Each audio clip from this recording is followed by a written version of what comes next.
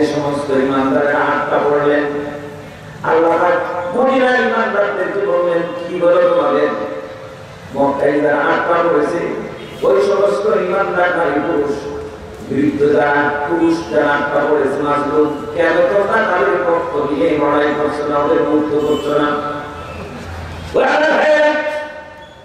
আজকে আমরা হয়তো ফিলিস্তিনের উপরে নির্যাতন দেখতে পাচ্ছি, কিন্তু প্রধান করে গোটা পৃথিবীতে মুসলমান যেখানে আছে, হিন্দুদের, খ্রিস্টানরা এবং মুশরিক যারা, তারা আজকে চরমভাবে ইমানদারদের উপরে একই রকম আচরণ করছে। আমাদের পার্শ্ববর্তী দেশে মসজিদ ভেঙে মন্দির বানাইছে না? কথা বলেন ঠিক কিনা? কথা বলেন ঠিক না? এখন কি তাদের আক্রমণ থেমে গেছে? বন্ধ আছে? এই রমজান মাসে মসজিদে আগুন দিয়ে পুড়াইছে। আমার ভাইরা কাফির নামাজ পড়তে পারে না, কথা বলেন ঠিক না? দাদা বাবুরা আমাদেরকে সবক দেয়, আমাদের দেশে নাকি সব ধ্বংস হয়ে গেল, অন্য ধর্মের মানুষ সব শেষ হয়ে গেল। ওখান থেকে তোমরা কোন নজরে বাংলাদেশ দেখছো? আমরা দেখি না। তোমরা বাংলাদেশে যারা আছে তাদেরকে জিজ্ঞেস করো, তোমরা আমাদের মসজিদ থেকে মন্দির বানাইছো, আমরা এখানে ৯২ মুসলমান বাস করি, যদি ইচ্ছা করতাম তাহলে তোমাদের প্রত্যেকটা মন্দিরকে গুনায় দিয়ে একটা ভগবান দেখি না।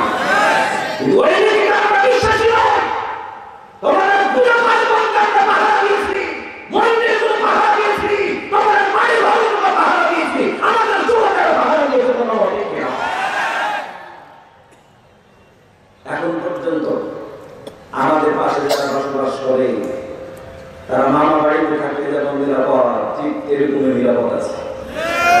এটা ইসলামের সৌন্দর্য। কিসের সৌন্দর্য? আমরা প্রতিহিংসা করা যাবে না।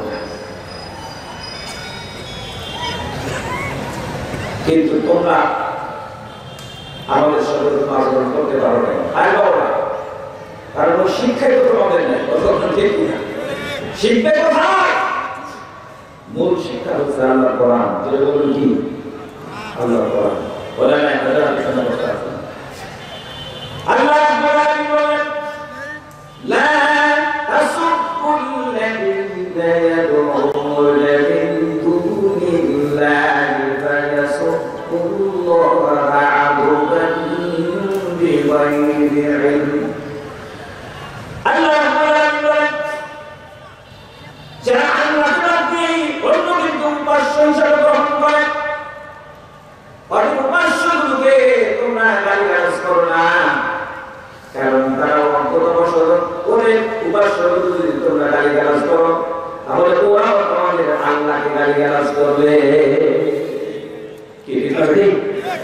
আমরা কত কঠিন কথা বলছে, যদি উপাস্যগুলোকে তোমরা গালিগালাজ করিও, আমরা গালিগালাজ করি না, আমরা সম্মান করি।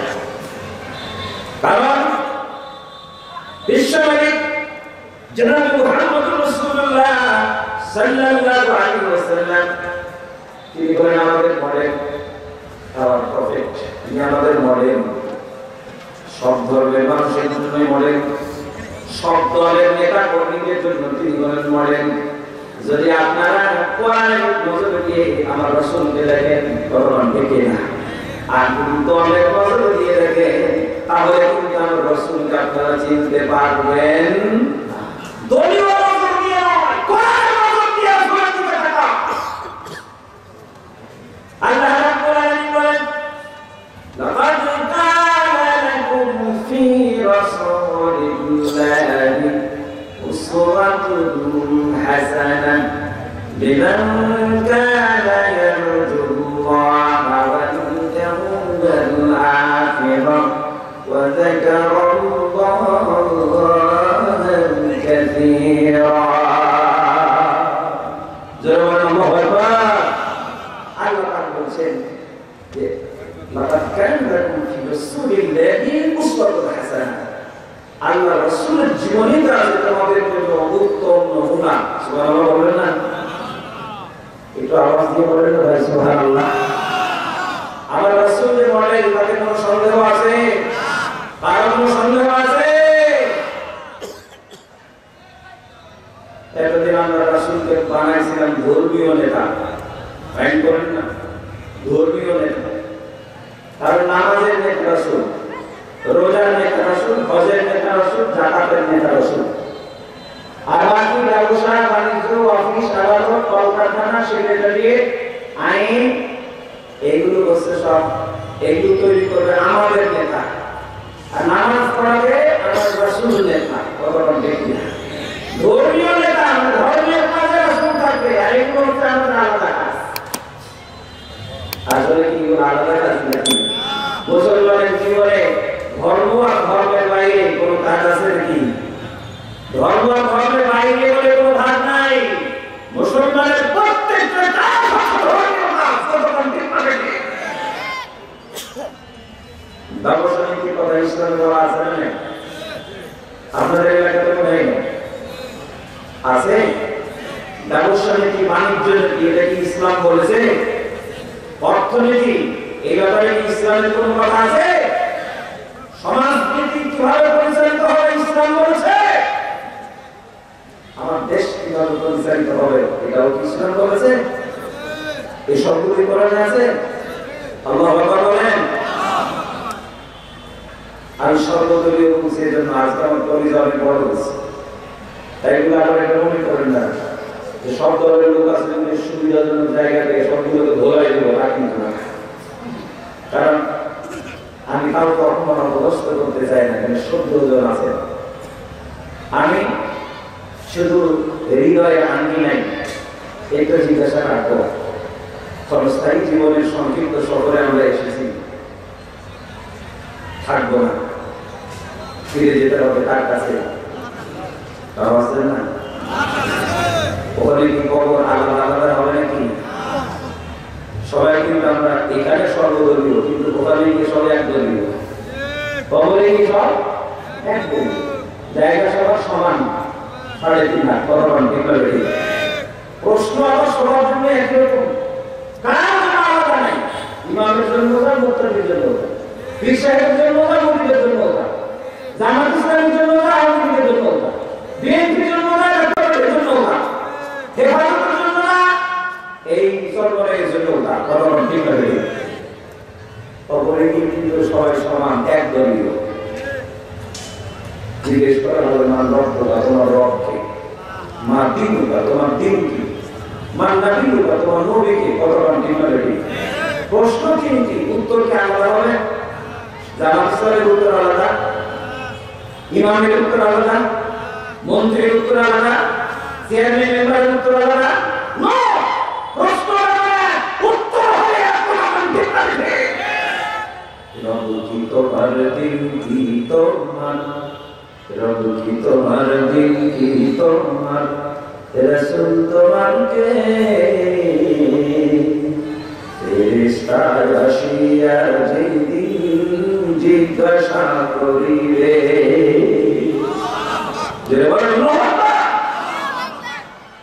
দিন ভাই আমার, এই জন্য বিবেকের কাছে জিজ্ঞাসা রাখছি,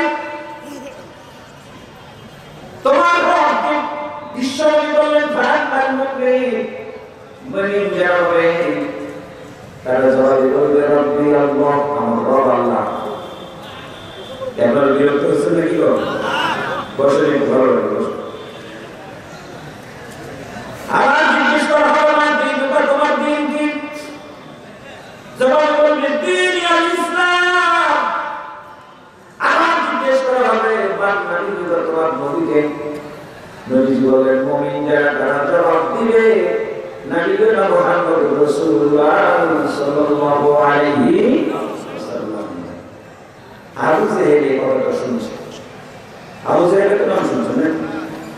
আবু জেহেল শোনার পরে রাসূলের কাছে এসে বলছে, ভাতিজা তুমি নাকি প্রশ্ন আউট করছো, জবাব আউট করে দিয়েছো।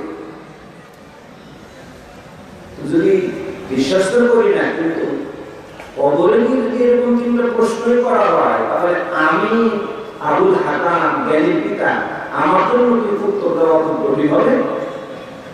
কারণ তিনটা প্রশ্ন তিনটা উত্তর মুখস্থ করে গিয়ে বিশ্বাস করে জবাব দেবো। যদি জিজ্ঞেস করা হয় আমি তো বিশ্বাস করি হবেই না। আমার নবীজি শুধু বললেন, চাচা এটা কিন্তু মুখস্থ বিদ্যা চলবে না।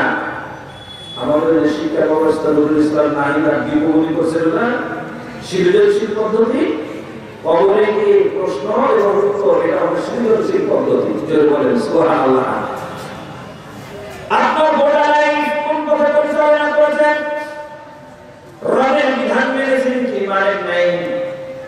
এটি জিজ্ঞেস করা হবে। যদি রবের বিধান মেনে থাকেন জবাব আসবে রব্বি আল্লাহ। আল্লাহকে যদি রব মানেন তাহলে রব্বি আল্লাহ বলা যাবে। আর যদি ইসলাম মেনে থাকেন দ্বীন ইসলাম বলা যাবে। আর যদি নবীর আনুগত্য করে থাকেন তাহলে নবিয়ুল্লাহ মুহাম্মদুর রাসূলুল্লাহ বলা যাবে। এই ছাড়া প্রশ্ন করে উত্তর দেওয়া যাবে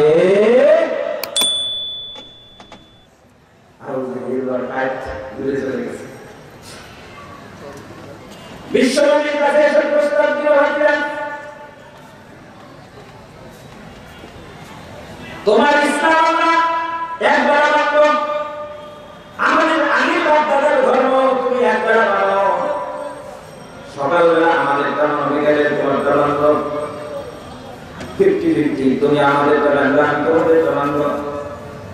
আমার যদি উত্তর দেওয়ার আগে আল্লাহ রাব্বুল আলামিন সূরা কাফিরুন নাযিল করলেন। আল্লাহ বলেন, কুল ইয়া আইয়ুহাল কাফিরুন লা আ'বুদু মা তা'বুদুন।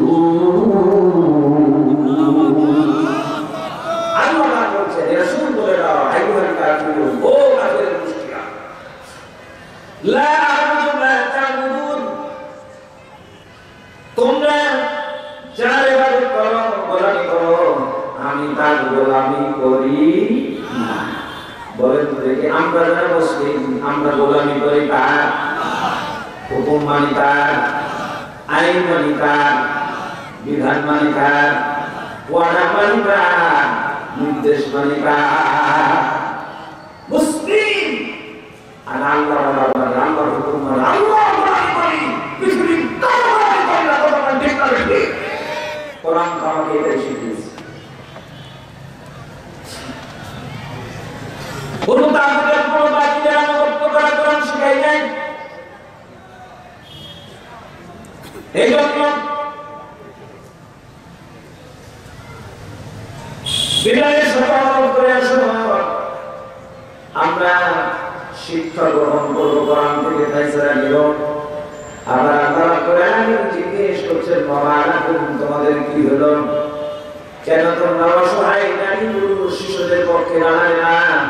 যারা চিৎকার দিয়ে কি বলে, আমাদেরকে এখান থেকে বের করে পুত্র নিয়ে যাও, যারা অধিবাসীরা জানেন তোমার পক্ষ থেকে আমাদের জন্য ওই পাঠাও, সাহায্যকারী পাঠাও, চিৎকার দিয়ে যাবে। আবার আল্লাহ আমাদের জিজ্ঞেস করছেন, তোমাদের কি হলো? ও শঙ্করের মানুষ কি হলো তোমাদের? আমার ভাইরা আজকে আপনাদের এখানে বসা আছি, আবার আল্লাহ কোরআন থেকে আমাদের ফায়সালা দিতে হবে। আর কোরআন বলছে, ইয়া আইয়ুহাল্লাযীনা আমানু লা তাত্তাখিযুল ইয়াহুদা ওয়ান নাসারা আউলিয়া। আল্লাহ বলেন, ও ঈমানদাররা, ইহুদি এবং খ্রিস্টানদেরকে তোমরা বন্ধু বানায়ো না, ওরা তোমাদের বন্ধু না। পরস্পরের বন্ধু। আল্লাহ রাব্বুল আলামিন সূরা তাওবায় ইরশাদ করেন, ইয়া আইয়ুহাল্লাযীনা আমানু লা তাত্তাখিযু আবা'াকুম ওয়া ইখওয়ানাকুম আউলিয়া ইন ইসতাহাব্বুল কুফরা আলাল ঈমান।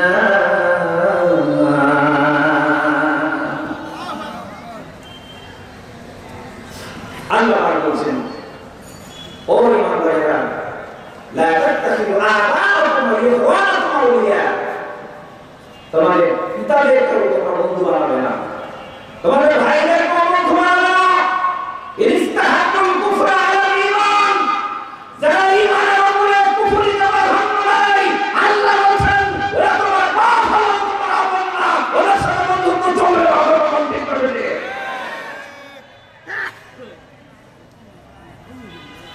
চূড়ান্ত মেসেজ।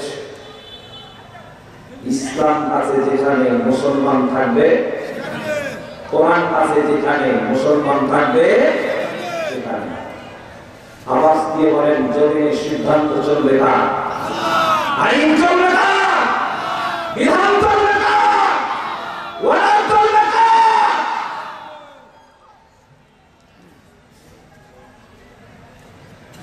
দিন ভাইরা, আপনারা বলতে পারেন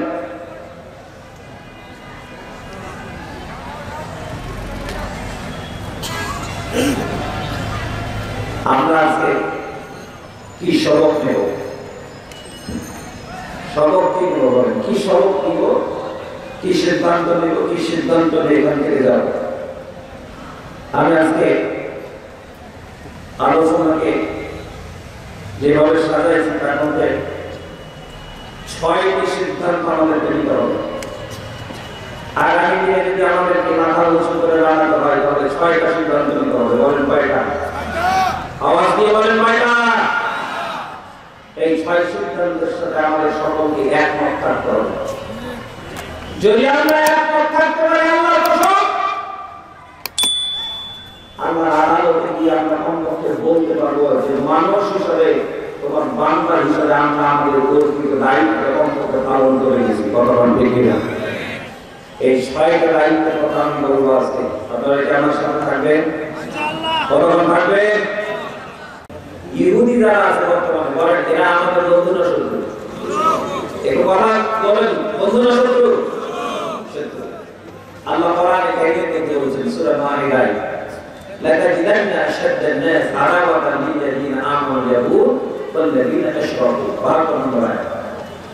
আল্লাহ বলেন যে মুমিনদের জন্য সবথেকে শত্রুতার দিক থেকে কঠোর হচ্ছে ইহুদি, দ্বিতীয় নম্বরে মুশরিক। এই দুই জাতি হচ্ছে আমাদের চূড়ান্ত শত্রু। কতক্ষণ ঠিক হবে? ইহুদিরা আজকে যারা ফিলিস্তিনকে আজকে মানুষের সাথে মিশিয়ে দেওয়ার জন্য যারা পায়তারা করছে, এরা কিন্তু নিজেদেরকে দাবি করছে এরা মুসা নবীর কওম, নিজেদেরকে দাবি করে। কিন্তু আল্লাহ কোরআনে বলছেন এরা বিতাড়িত, এরা যাযাবর, পৃথিবীতে এদের কোথাও জায়গা হবে না। আজকে যদি মুসলমানরা ঐক্যবদ্ধ হয়, আমি আল্লাহর কসম করে বলছি এই ইহুদিরাকে পৃথিবীতে ওরা বসবাস করার দূরের কথা, দাঁড়ানোর জায়গা পাবে না। নিশ্চিন্ত হয়ে যাবে। যুরিবাত আলাইকুমুদ দিল্লাহ ওয়াল মাসকান ওয়া দারবু বিগযযবিন মিন আল্লাহ। অসংখ্য পয়গম্বর কেন ধরতে হয়েছে? আল্লাহর লানত এবং আল্লাহর গজবের সাথে আছে। দারিদ্রতা, মাসকানা, এগুলো হচ্ছে সঙ্গী। নিশ্চিত আল্লাহর ওয়াদা সত্য। আগামী দিনে আমরা এটা বিশ্বাস করি, মেরে পৃথিবীর মানচিত্র থেকে ফিলিস্তিনিদেরকে নিশ্চিন্ন করা যাবে না।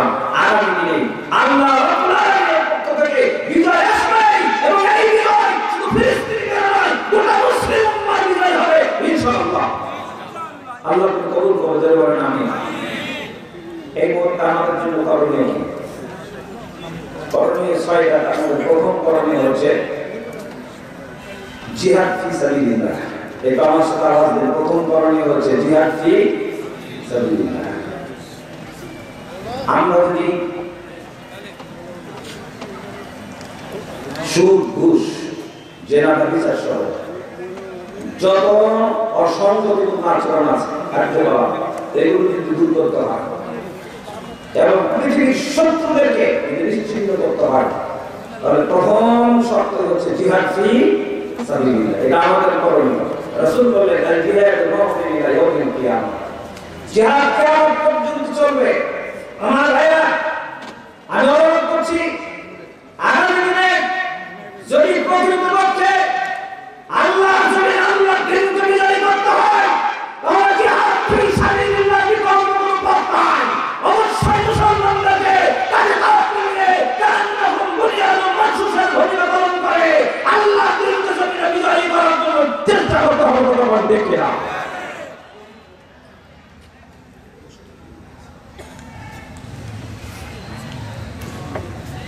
ছয়টা করণীয়। প্রথম দফা হচ্ছে জিহাদ ফি সাবিলিল্লাহ। রাসূলুল্লাহ সাল্লাল্লাহু আলাইহি ওয়াসাল্লামের একটা হাদিস আপনাদেরকে শোনাই, একটু খেয়াল করেন। আল্লাহ রাসূল সাল্লাল্লাহু আলাইহি ওয়াসাল্লাম বলেন, ইদা তাবায়াতুম বিল-ঈনা, পৃথিবীর মানুষ তোমরা যখন ঈনার ব্যবসা করবে, ঈনা হচ্ছে এক প্রকার সুদের ব্যবসা করা। আজকে আমাদের মধ্যে সুদের ব্যবসা চালু আছে না নাই? কতবার আছে না নাই? ইদা তাবায়াতুম বিল-ঈনা, রাসূল বলেছেন যখন তোমরা সুদের ব্যবসার সাথে জড়িয়ে যাবে। ওয়া আখাযতুম আযনাবাল বাকারি, আল্লাহ রাসূল বলেন তোমরা যখন গরুর লেজ ধরবে, গরুর লেজ ধরা এই পার্থিব জগৎকে যখন তোমরা আঁকড়ে ধরবে, মানে আমরা গরুর লেজ ধরে চলতেছি পার্থিব জগতের সাথে, খুবই সম্পর্ক। বিশ্বনবী বললেন আমাদের এলাকার মানুষ ক্ষেত খামার কাজ করে, কৃষি সমৃদ্ধ এলাকা, রাসূল বললেন তোমরা যখন কৃষি ক্ষেত্রে সন্তুষ্ট হবে, চাষাবাদ করছি আমরা, আমাদের তো আর কোনো সমস্যা নেই, আলহামদুলিল্লাহ ফসল হচ্ছে, আমরা খাচ্ছি আলহামদুলিল্লাহ। বিশ্বনবী বললেন যখন তোমরা গরুর লেজ ধরে ফেলবে, আর যখন তোমরা ক্ষেত খামারের উপর সন্তুষ্ট হবে,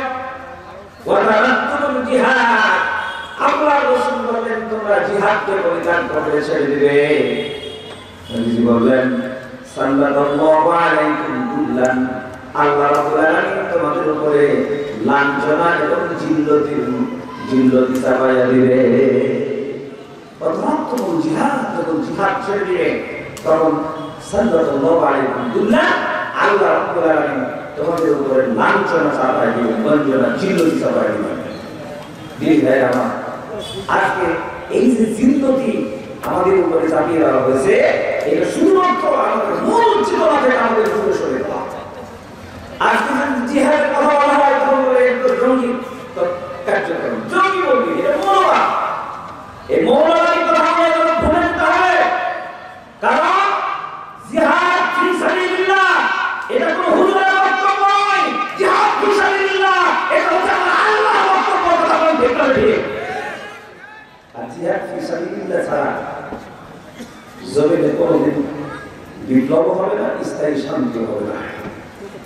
5ই আগস্ট আমরা দেখেছি আমাদের রংপুরের সন্তান আবু সাঈদ নিরস্ত্র বুক পেতে দিয়েছে।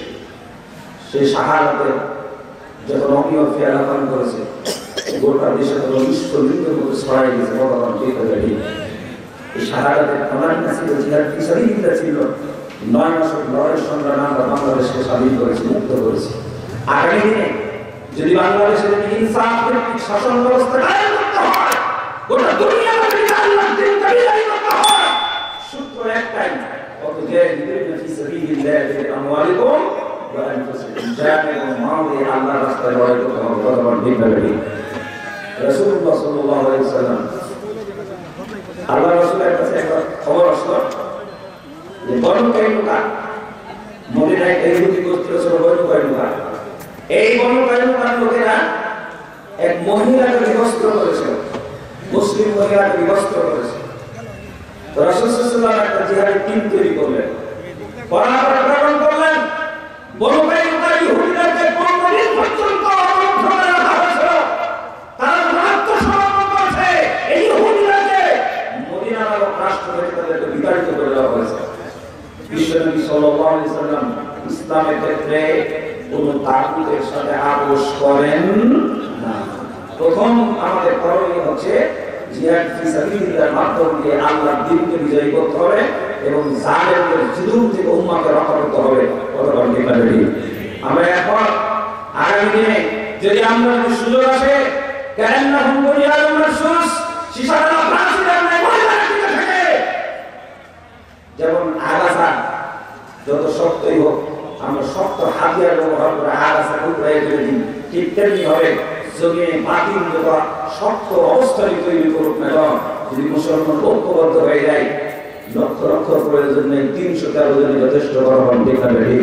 মাতা নাসরুল্লাহ আলা ইন্না নাসরুল্লাহি করিম, আল্লাহর সাহায্য নাযিল হবেই হবে, বলেন ইনশাআল্লাহ। 2 নম্বর হচ্ছে আমরা জিহাদ ফি সাবিলিল্লাহ, অর্থনৈতিক অবরোধ। আজকে আমি অনুরোধ করে যাচ্ছি, শোনেন, ইসরায়েল আগে খুব শক্তিশালী হয়েছে। ইসরায়েলের কিন্তু অর্থনৈতিক অবরোধ আমাদের দিতে হবে। ইসরায়েলের কোন পণ্য আমরা ব্যবহার করব না। কি রাখবেন? কানাডা রাজি আছে না? ৭২ লাখ। লিল্লাহি তাকবীর, লিল্লাহি তাকবীর। আল্লাহ তুমি কবুল করো। জোরে বলেন আমিন, জোরে বলেন আমিন। বলে হুজুর ওর পণ্য সরবরাহ দিচ্ছে, এত অসুবিধা কি? কোরআনে কারিমের মধ্যে আছে পৃথিবীতে সবথেকে বড় জালেম দুইজনের নাম এসেছে, তার মধ্যে একটা নাম নমরুদ আর একটা নাম ফেরাউন। কথাটা ঠিক আছে? নমরুদ পৃথিবী থেকে বিদায় নিয়েছে, একটা ল্যাংড়া মশা আগে ভিতর জানলা ঢোকাই দিয়েছে, জুতার ভিতর খাইতে খাইতে বিদায় নিয়েছে। কথাটা ঠিক আছে? আর ফেরাউন শাসন করেছে দীর্ঘদিন। তাফসীর নূরুল কোরআনে আছে ৬২৬ বছরের হায়াত ছিল তার, অনেক লম্বা। এই দীর্ঘ সময় পর্যন্ত সে শাসন করেছে, শুধু জুলুম করেছে আর অবিচার করেছে। কিন্তু আল্লাহ রাব্বুল আলামিনের টার্গেট ছিল ভিন্ন। আল্লাহ রাব্বুল আলামিন যে ফিলিস্তিন আসবে, ফিলিস্তিনিদের আজকে থাকতে দেওয়া হচ্ছে না, তাদের এখান থেকে উৎখাত করার ষড়যন্ত্র চলছে। এই ফিলিস্তিন আজকে ফিলিস্তিন নয়, এটা হারিয়ে হচ্ছে কেনান। এই কেনানে হযরত ইয়াকুব আলাইহিস সালাম বসবাস করতেন, ইউসুফ আলাইহিস সালাম বসবাস করতেন। এই কেনান পুরো ইরাক সহ হযরত ইব্রাহিম খলিলুল্লাহ, হযরত লূত, হযরত শুআয়ব, এই সমস্ত পয়গম্বরদের আবাসভূমি হচ্ছে কেনান, এই ফিলিস্তিন, যেখানে আল্লাহর ঘর বাইতুল মাকদাস অবস্থিত। এটা মুখের ফু দিয়ে উড়িয়ে দেওয়া যাবে না। আজকে যেভাবে দখল করে না কেন, আমার আল্লাহ রাব্বুল আলামিন আয়াতুল মুকাদ্দাসাকে রক্ষা করবেন, অবশ্যই রক্ষা করবেন, অবশ্যই রক্ষা করবেন। যদি মুসলমান রাখতে হয় আল্লাহর পক্ষ থেকে অবশ্যই কোনো দায়ী সাহায্য আসবেই আসবে, কোনো কমতি করবে ইনশাআল্লাহ। মুসা আলাইহিস সালাম আল্লাহর কাছে দোয়া করছেন। মুসা আলাইহিস সালাম বলেন, فقال موسى ربنا إنك آتيت فرعون وقبله زينة وأموالا في الحياة الدنيا। যে আল্লাহ তুমি ফেরাউনকে আর ফেরাউনের গোষ্ঠীকে তুমি তো দুনিয়ার সৌন্দর্য এবং অনেক সম্পদ দিয়েছে, এই সম্পদের কারণে তোমরা আজকে আমাদের মাথার উপরে চড়ে যাচ্ছে, মুসলমানদেরকে হত্যা করছে। রব্বানা বিসআলা আমওয়ালিহিম, আল্লাহ তোমাদের সম্পদগুলো ধ্বংস করো। সুবহানাল্লাহ। আল্লাহ কাছে দোয়া করছেন মুসা আলাইহিস সালাম, আল্লাহ তুমি ফেরাউনের সম্পদকে কি করো, সব ধ্বংস করো। আজকে ইসরায়েল অনেক সম্পদে পানি করছে, ওরা পৃথিবীকে নেতৃত্ব দিচ্ছে। তার মতো ইসরায়েলের বিরুদ্ধে লড়াই করার কথা আমাদের কেন? আজকে সাধারণ একটা স্বাধীন মুসলিম দেশ, সবাই কারো না কারো গোলামি করছে। যারা ইসরায়েলকে সমর্থন করছে প্রকাশ্য এবং গোপনে ভাবে, তাদের বিরুদ্ধে করছে মুসলমানেরা। কথা বলেন ঠিক না? আজকে যদি সাধারণ মুসলিম দেশ মুক্ত হবে, আল্লাহ কসম করে বলছি মুসলমানদের কান্নার আওয়াজ আজকে শুনতে হবে না। ছোট্ট ছোট্ট শিশুগুলোর কি অপরাধ, ওদের দিকে তাকানো যায় না, লাশের স্তূপ সারি হয়ে গেছে। আমার ভাইরা করে যেতে যায়। আজকে এই মার্চ ফর ফিলিস্তিন গাজা, আজকে একটা প্রোগ্রাম ছিল ঢাকা, এক ছোট্ট শিশু সেই আন্দোলনে জাজ পেয়ে গেছে। যাওয়ার পরে ক্যামেরার সামনে দাঁড়িয়ে বলছে, ওরা আমাদের ছোট্ট করতে মারছে কেন, আমি ছোট্ট করতে পারি না, প্রয়োজন করে আমি জীবন দিয়ে দিব, কিন্তু আমার ভাইদেরকে মুক্তি দিতে হবে, ফিলিস্তিনের যুদ্ধ বন্ধ করতে হবে, গণহত্যা বন্ধ করতে হবে। আমার ভাইরা ছোট্ট ছোট্ট শিশুদের অনুভূতি হয়েছে, কিন্তু জালেমদের অনুভূতি হয়নি। জালেমদের পুঁজি হচ্ছে অর্থ এবং বেশি শক্তি। কথা বলেন ঠিক না? ঠিক। এই অর্থ এবং বেশি শক্তিকে পুঁজি করে আর মুসলিমদেরকে নিশ্চিন্ত করে দেওয়ার কাজ করছে। এই জন্য মুসা আলাইহিস সালাম আল্লাহর কাছে দোয়া করতেন, আল্লাহ রব্বানা বিসআলা আমওয়ালিহিম, ওদের সম্পদগুলো ধ্বংস করে দাও। আমরা আজকে অর্থনৈতিকভাবে ওদেরকে আমরা বয়কট করলাম, ওদের কোনো পণ্য আমরা কেনাবেচা করবো না, ওদের সাহায্য করবো না, সহযোগিতা করবো না। পারবো আমরা? জেরে বলেন পারবো? জেরে বলেন ইনশাআল্লাহ। আর জেরে বলেন ইনশাআল্লাহ। তরুণ, আগামী দিন তোমরা দেশের পাহারা দেবে, এই দেশকে পাহারা দেবে, এই দেশকে তোমরা মুক্ত করেছো। আমরা এটাকে খুশি না,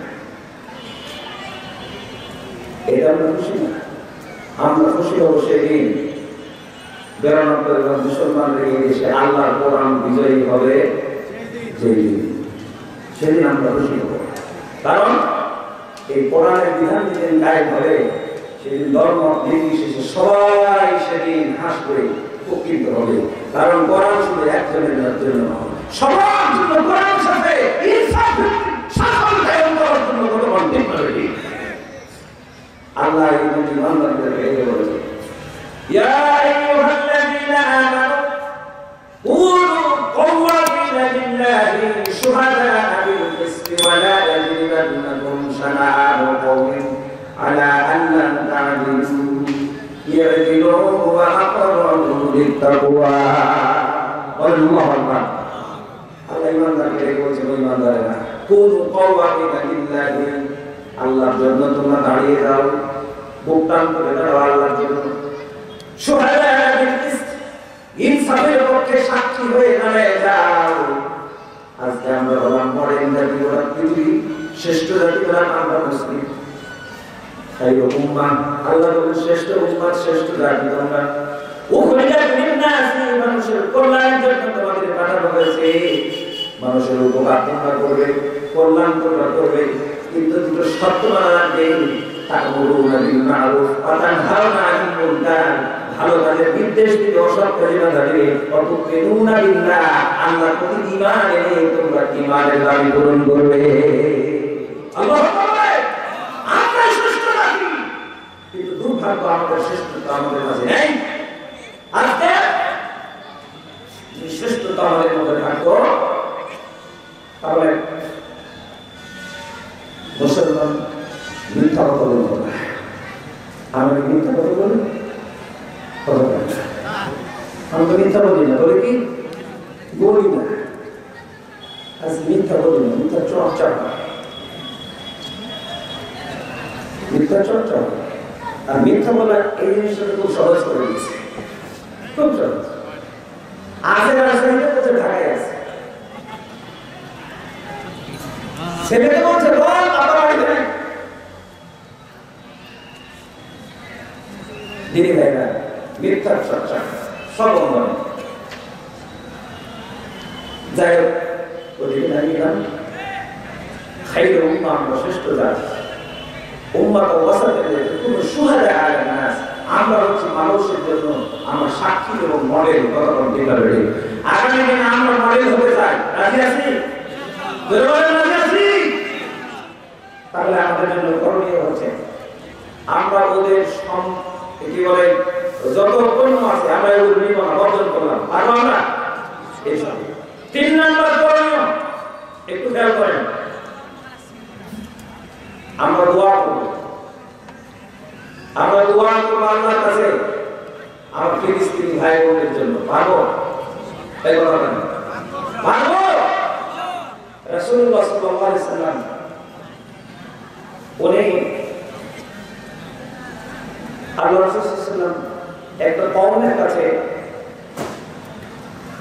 উনি কারি পাঠিয়েছিলেন। কওমি যে কারিরা ওই কওমের লোকজনকে কোরআন শোনানোর জন্য দিয়েছিল, তাদের সংখ্যা ছিল 70 জন। কতজন? 70 জন কোরআনের কারি ছিল। ওই কওম কোরআন শোনানোর জন্য গেল, কিন্তু দুর্ভাগ্য এই কওম রাসূলের প্রেরিত 70 জন কারিকে হত্যা করে শহীদ করে দিল। 70 জনকে শহীদ করল। বিশ্বনবীর কাছে যখন খবর আসলো আল্লাহ রাসূল বাবা হয়ে গেলেন, এরপরে আল্লাহ নবী 1 মাস ধরে নামাজে, ফজরের নামাজের পরে উনি কুনুত নাযিলা করতেন আর বদদোয়া করতেন। ওই কওমের জন্য বদদোয়া করতেন। আমার নবী এই 70 জন কারির পক্ষ নিয়ে আল্লাহর কাছে ওই কওমের জন্য বদদোয়া করেছেন। আমার দিদি ভাইরা, আমরা পক্ষে আমার যে সমস্ত ফিলিস্তিনি ভাইরা, ফিলিস্তিনি এদিকে আপনারা Kashmir, Lebanon, Syria, Iran, Uyghur, যেখানে মুসলিমরা নির্যাতিত, তাদের পক্ষ নিয়ে আমরা আল্লাহর কাছে দোয়া করতে থাকবো। আল্লাহ আমার ভাই ভাইদেরকে মুক্তি দিও, আর এর সাথে যারা জড়িত আছে এদেরকে তুমি হালাক করে দিও। এই দোয়ার সাথে আমরা থাকবো, পারবো তো নাকি? বলেন ইনশাআল্লাহ। আমার ভাইরা, এরপরে কোনোতে না দিলেন আমাদের পালন করতে হবে, চর্চা রাখতে হবে। কমপক্ষে 1 মাস এখন মনে হয় কোনোতে না দিলে পাঠ করার টাইম এসেছে। ফজরের নামাজের পরে আমরা ফজরের নামাজের মধ্যে শেষ রাখাতেন আমরা রুকু থেকে দাঁড়াইয়া কোনোতে না দিলা পড়া, এটা রাসূলের সুন্নাত ছিল। এই সুন্নাত এখন চালু করা দরকার। এরপরে 5 নম্বর, ইসলাম এবং মুসলমানদের শত্রুদের সাথে কোন সম্পর্ক রাখা যাবে না। যারা ইসলামের শত্রু, মুসলমানদের শত্রু, তাদের সাথে কোন রকমের সম্পর্ক রক্ষা করা যাবে না। এটা আমাদের 5 নম্বর কর্তব্য। আর 6 নম্বরের যে কর্তব্য, এটি হচ্ছে আমাদের শক্তিশালী সর্বসম্মত ঐক্য গড়ে তোলা। যদি আমরা ঐক্য গড়ে তুলতে পারি, মুসলমানদের মধ্যে এই দলাদলি বিভাজনটাকে বন্ধ করে দিয়ে আমরা ঐক্যবদ্ধ হতে পারি। আজকে বাংলাদেশের মতো একটা ছোট্ট দেশে মুসলমানদের মধ্যে দলের সংখ্যা হচ্ছে 53টা। 53টা দল থাকার কারণে শক্তি কি বেড়েছে না কমেছে? দল যত বেশি হবে শক্তি কি বাড়বে না কমবে? বাড়বে না কমবে? আল্লাহ বলেন আতিউল্লাহ ওয়া আতিউর রাসূল, তোমরা আল্লাহর অনুগত করো, রাসূলের অনুগত করো। ওয়ালা তানাযাউ, তোমরা পরস্পর বিবাদে জড়ায় যেও না। ওয়ালা তানাযাউ, পরস্পর বিবাদে জড়ায় না। ফাতাশাদু, যদি বিবাদে জড়াও তাহলে তোমাদের সাহস হারিয়ে যাবে। ওয়া তাযহারা বিহুকুম, তোমাদের বাতাস বের হয়ে যাবে। আমার ভাইরা, আল্লাহ এবং রাসূলের অনুগত করার কথা আল্লাহ নির্দেশ দিয়েছেন। এরপরে বলেছেন তোমরা পরস্পরে বিবাদে জড়ায় যেও না। আজকে আমরা যদি আল্লাহ রাব্বুল আলামিন এই নীতি অবলম্বন করেন, পরস্পর যদি বিবাদ থেকে আমরা দূরে সরে গিয়ে যদি ঐক্যবদ্ধ হতে পারি, কোরআনে কারীমের আয়াতের সামনে নিয়ে পড়ে আমার সাথে ওয়াতাসিমু বিহাবলিল্লাহি জামিআন ওয়া লা তাফাররাকু। আল্লাহ রাব্বুল আলামিন বলেন, আল্লাহর যদি কোরআনকে তোমরা আঁকড়ে ধরো, ওয়া লা তাফাররাকু, পরস্পর বিচ্ছিন্ন হয়ো না।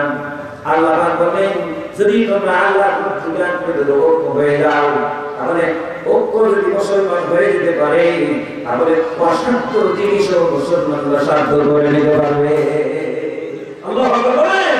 আমার ভাইরা, এজন্য আমরা আজকে আসে আমরা ধর্ম নির্বিশেষে যারা বিভিন্ন ভাষা কোনো ধরনের পক্ষপাতী পক্ষে বলতে চাই না।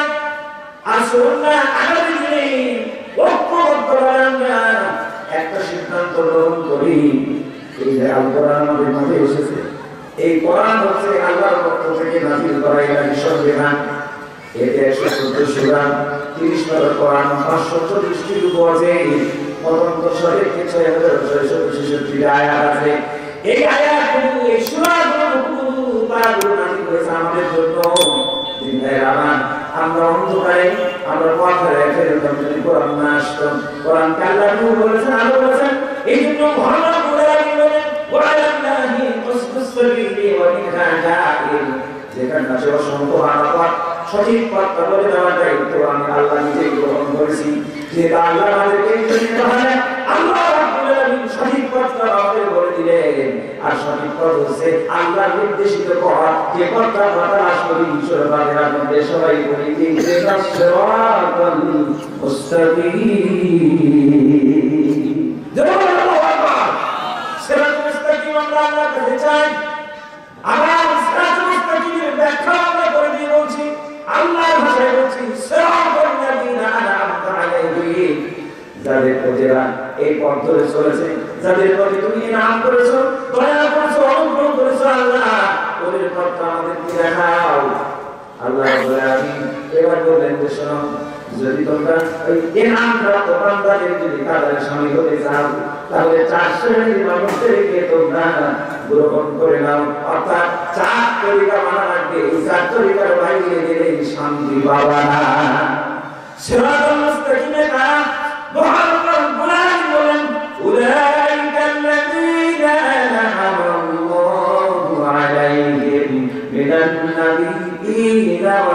والصديقين والشهداء والصالحين وحسن أولئك رفيقا আল্লাহ রাব্বুল আলামিন যারা আল্লাহর নাম প্রাপ্ত বান্দা তাদের মধ্যে এক নম্বর হলো মিনান নাবিয়্যিন নবীগণ। যদি তোমরা এই জমিনে যদি সিরাতুল মুস্তাকিমের পথে চলতে চাও, আল্লাহর নির্দেশিত পথে চলতে চাও, তাহলে নবীগণ যে পথে গেছে তোমাদেরকে সেই পথেই যাওয়া লাগবে। নবীরা দেখার কথা চলতে হবে। এর বিকল্প মানব রচিত তন্ত্র মন্ত্র আইন কানুন মেনে নিয়ে শান্তি পাবেন, সিরাতুল মুস্তাকিমের পথ পাবেন, অসম্ভব অসম্ভব হবে না হবে না। আল্লাহ বলেছেন সিরাতুল মুস্তাকিম হচ্ছে নবীদের পথের মধ্যে আছে, কথা বলেন ঠিক না?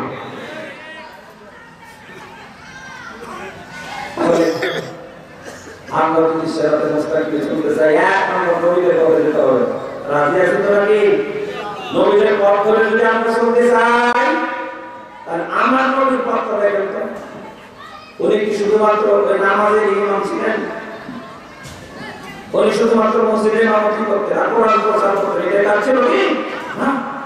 কেননা সাহাবা রাসূল মক্কায় কোরআন তাবলীগ করেছেন, দাওয়াত দিয়েছেন, মানুষকে বলেছেন আইয়ুহান নাস কুলু লা ইলাহা ইল্লাল্লাহ তুফলিহু। তোমরা লা ইলাহা ইল্লাল্লাহ বলো, তোমরা সফলতা পাবে। সুবহানাল্লাহ বলেন। আমার রাসূল যখন মদিনায় হিজরত করলেন, ছোট্ট একটা দেশে নাম ছিল ইয়াসরিব, এই ইয়াসরিবে এসে উনি হলেন ইয়াসরিব নামক এই অঞ্চলের তিনি হলেন রাষ্ট্রপতি। সুবহানাল্লাহ বলেন। আমার রাসূল রাষ্ট্রপতি।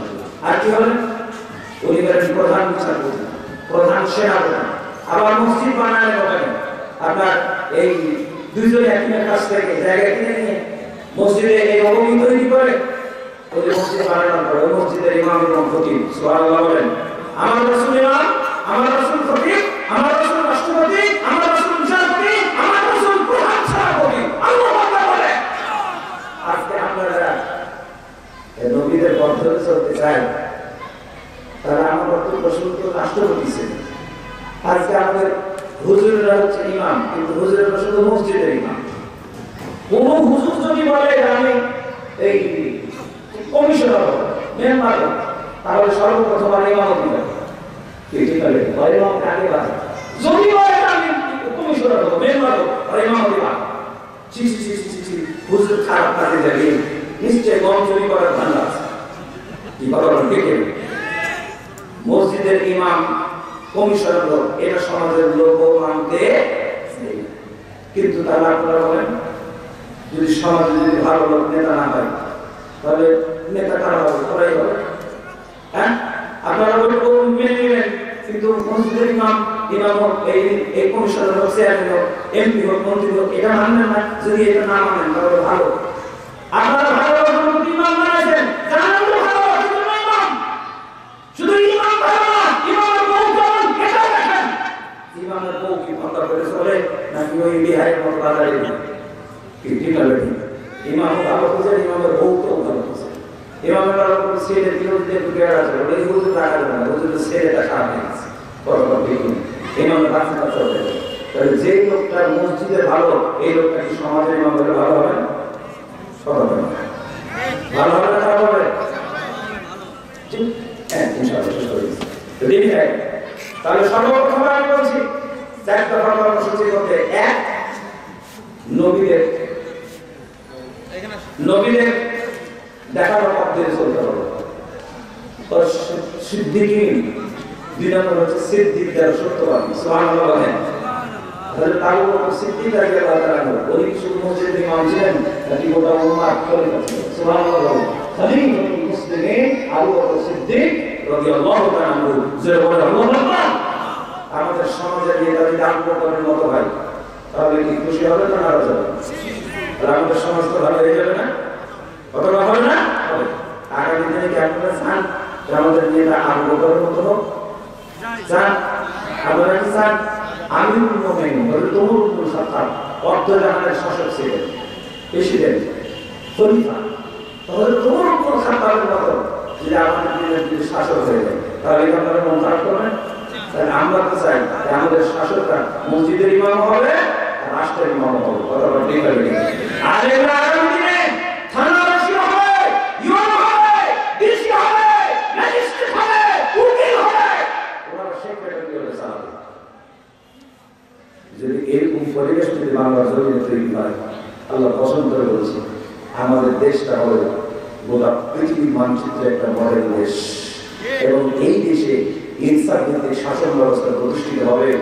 কৃষক ন্যায্য অধিকার পাবে, ফসলের দাম পাবে, শ্রমিক মজুরি পাবে, জুলুম নির্যাতন থাকবে না, লুটপাট থাকবে না, অভিযোগ থাকবে না, জেনারেল অভিযোগ থাকবে না, সুদ থাকবে না, ঘুষ থাকবে না, কিছু থাকবে না। ইনসাফ ভিত্তিক শাসন কায়েম হবে।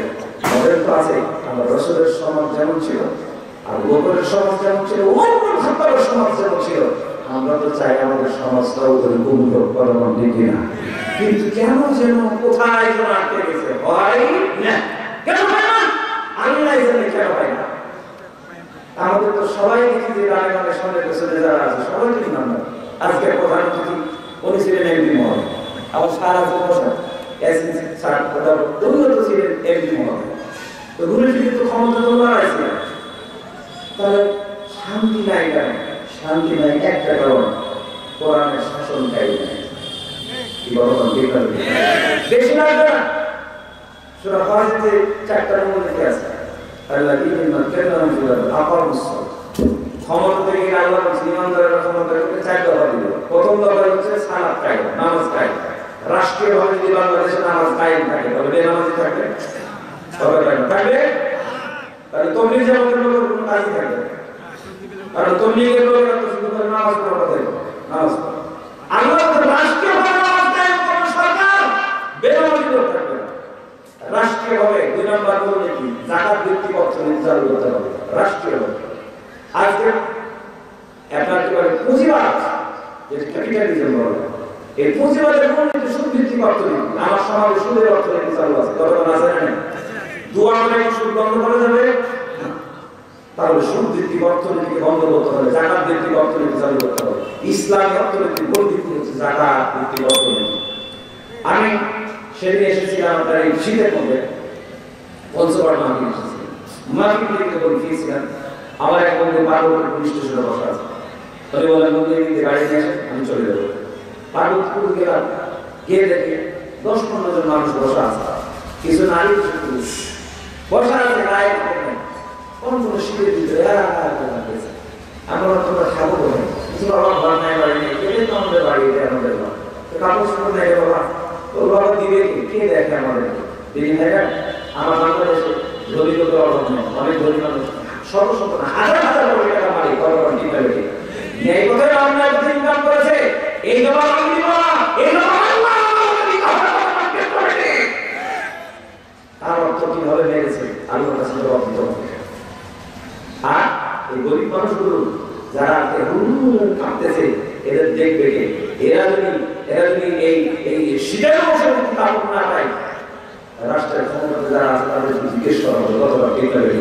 ওমর বলেছিলেন আমার বাচ্চা যদি একটা কুত্তা হয়, ওমরকে আল্লাহর জবাবদিহি করতে হবে। সমাজের তো নিজেরা দিয়ে দেয়। এজন্য ইসলামের শাসন নীতি কায়েম না হওয়া পর্যন্ত ইনসাফ ভিত্তিক শাসন কায়েম হবে না। যাকাত ভিত্তিক অর্থনীতি চালু করতে হবে, ন্যায় কাজ করার কথা হবে, আলোচনা সেগুলো নির্দেশ থাকবে। খারাপ কাজগুলোকে একদম রাষ্ট্রীয়ভাবে ম্যানেজ করতে হবে। এই 4 দফা থেকে বাস্তবায়িত হবে। আর হুকুমের বিধান কায়েম করতে হবে। চোর ধরা পড়লে চোর চুরির হাত কেটে দিতে হবে, এটা কার হুকুম? জোরে বলেন কার হুকুম? জেনারেল নারী হোক পুরুষ হোক 100 গ্রেপ্তার করতে হবে, এটা আল্লাহ নাই। এই আইনগুলো যদি সমাজের হুকুমের বিধানগুলো যদি কায়েম হতো, আমি বিশ্বাস করি আমার দেশে চোর থাকতো না, চুরিও থাকতো না, কথা বলেন ঠিক কিনা? লুটপাট থাকতো না, বিভিন্ন জায়গায় চালান করবা আর নিজেকে আহ্বান হিসেবে পরিচয় দিলে চলবে না। আল্লাহর জমিনে সবাই সমান, কথা বলেন ঠিক না? বেরিয়ে জানে না কোনদিন বিজয় পায় না, বিজয় পায় মাজলুম হয়। চলে বলেন কার?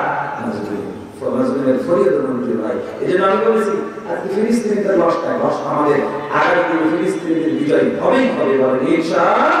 আল্লাহ থেকে সাহায্য নাজিল হবে ইনশাআল্লাহ। আল্লাহ কবুল করুন, বলেন আমিন। আর দুটো কথা বলে শেষ করে দিচ্ছি, আজকে রাত হয়ে গেছে, ক্ষমা করে দেবো। তিন নম্বর হচ্ছে অশ্বহাদা, শহীদ গরি। এই তরিকাটা আমাদের চলবে সিরাত মুস্তাকিম ছিল। শহীদ কারা? শহীদ ছিল আল্লাহ দিনকে পাহারা দেওয়ার জন্য নিজের জীবন দিয়ে দেয়। কতটা ডিক্লারেট আপনাদের আমাদের কি তামান্না আছে যে আল্লাহর জমিনে আল্লাহর দিনকে বিজয়ী করার জন্য প্রয়োজন মতো নিজের জীবন দিয়ে দিব? এরকম তামান্না আছে? কার কার তামান্না আছে? ভাগ করে দেখি। যদি সময় আসে হাতে ভাগ করে কি বলে ইনশাআল্লাহ, বলে ইনশাআল্লাহ। আমার জায়গা একামতের দিনের আন্দোলন মসজিদ থেকে হয়নি, শুধু ফকির হবে না। একামতের দিনের আন্দোলন হচ্ছে আল্লাযীনা আমানু ইয়াকাতিলুনা ফি সাবিলিল্লাহ। বাতিল থাকলে যেখানে ঈমানদারকে থাকতে হবে সেখানে ওরা তাগুতকে প্রতিষ্ঠিত করার জন্য আন্দোলন করবে।